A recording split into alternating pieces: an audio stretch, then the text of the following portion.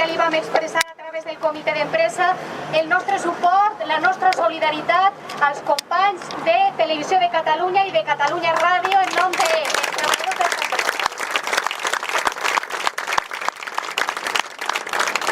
I avui, per primera vegada, en comptes de parlar com a comitè d'empresa, cadascú de nosaltres va parlar com a secció sindical. Sabeu que així n'hi ha 4 seccions sindicals, que som les que estem mantenint este comitè d'empresa i tenim la majoria, les que hem portat als tribunals aquest expedient de regulació, i cadascú de nosaltres ha decidit avui fer-ho així per a desmentir els rumors, les mentires, els correveïdiles de la directora general de Radiotelevisió Valenciana, que va dient per ahí a cadascú que vol pujar que si resulta que los sindicatos tendrían que tener un gesto, que si resulta que se puede retirar una demanda colectiva y así los tribunales, que si resulta que está hablando con unos y con otros. En nom de la Intersindical Valenciana no anem a parar hasta que hi hagi una sentència per a tots els treballadors. Som els representants dels treballadors que estan dins i dels treballadors que estan fora. No anem a deixar tirat absolutament a ningú.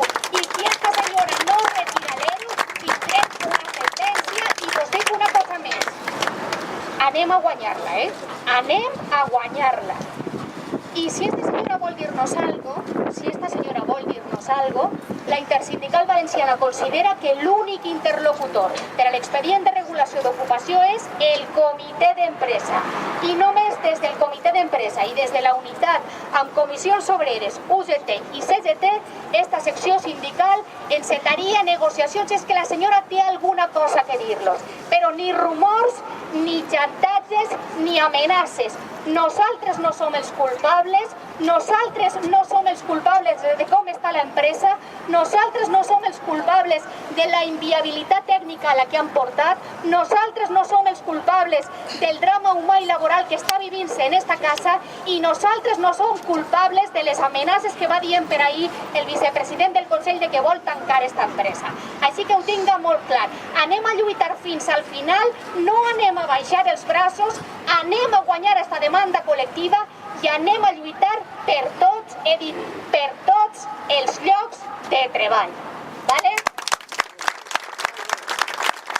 En estos moments, el que es puga dir des de la direcció d'esta casa, crec que no es pot posar en una balança en el mateix pes que el que hem anat demostrant durant tots els mesos en la nostra acció sindical. Per tant, la nostra demanda continua endavant. Jo insistís sempre, quan una demanda entra als tribunals no tens mai garanties de res, però que anem a treballar amb força i que crec que han demostrat els directius d'esta casa que han fet un empastre enorme que és única i exclusivament responsabilitat d'ells, i la solució a aquest empastre passa per acabar en este ERO, tornar els treballadors al seu lloc de treball i fer que això treballi honestament. Si no ho fan per voluntat pròpia amb tots els treballadors, ho haurem d'aconseguir en els tribunals. I nosaltres estarem ahí fins al final, en els tribunals i en la mobilització. En aquest sentit, crec que no pot quedar ningú dubte per la nostra banda. I en nom de Comissions Obreres, així no declara o deixa. Pel cap de ningú ha passat retirar res. L'empastre l'han creat ells i la solució d'ells és recuperar els treballadors a solucionar aquesta història i tirar endavant el projecte de radiotelevisió pública per a tots que volem els treballadors d'esta casa i crec que la ciutadania en general. La UGT no va retirar cap demanda col·lectiva. La UGT, sabeu, i no ho hem amagat en cap moment perquè està publicat en la web, i ho sabeu tot, perquè està públicament penjat, s'ha reunit amb Rosa Vidal, efectivament. La UGT s'ha reunit, la secció sindical i la direcció del sindicat, per a veure, davant de les insídies que venien des de la presidència de la Generalitat de tancar aquesta empresa en cas que guanyem, a veure ella què pensava. Esta senyora efectivament va suggerir que una bona solució, un gest com dia Salut, seria que els sindicats retirem la demanda individual. Nosaltres diguem, estem absolutament disposats, sempre que tu retires primer l'ERO. Si no retires l'ERO, nosaltres no anem a retirar absolutament cap demanda. L'única possibilitat és que ella retire l'ERO i tornem a començar. Que hi ha també un altre segon nivell de rumor, que és dir, bueno, la secció sindical dirà el que diga, Però en Madrid estan les cúpules sindicals, som els treballadors i algú pot estar tentat de dir anem a salvar un lloc de treball que més vale pájaro en mano que ciento volando. Bueno, això vos he de dir, la demanda de la UGT la firma el secretari general de la UGT i jo. Per tant, si jo no retiro la meva firma, la demanda no pot decaure.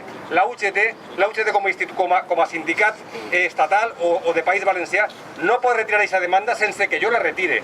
I així davant de tots vosaltres me compromet, companys, a que jo no vaig a retirar en la vida la meva firma d'aquesta demanda si la directora no retira l'ERO. Tenim la completa y més absoluta seguretat. Esto forma parte de una campaña de intoxicación de la cual hemos visto una prueba hoy en el periódico El País.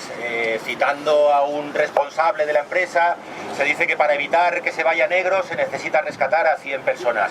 Están allanando el terreno, mintiendo sobre esas 100 personas, esas ofertas que supuestamente han habido, que son rumores, pero que no son más que eso, rumores de los que tenemos que estar preparados hasta que salga el juicio. Porque Rosa Vidal quiere negociar, que se acerque a nosotros, a los representantes de los trabajadores, y estamos dispuestos. Por supuesto, siempre que se retire, se paralicen las salidas de junio, las salidas de agosto y que se cuente con los compañeros que están fuera. Esa sería la única condición para empezar a negociar. Así que nada de lo que podáis escuchar es cierto. Seguimos unidos como siempre hemos estado.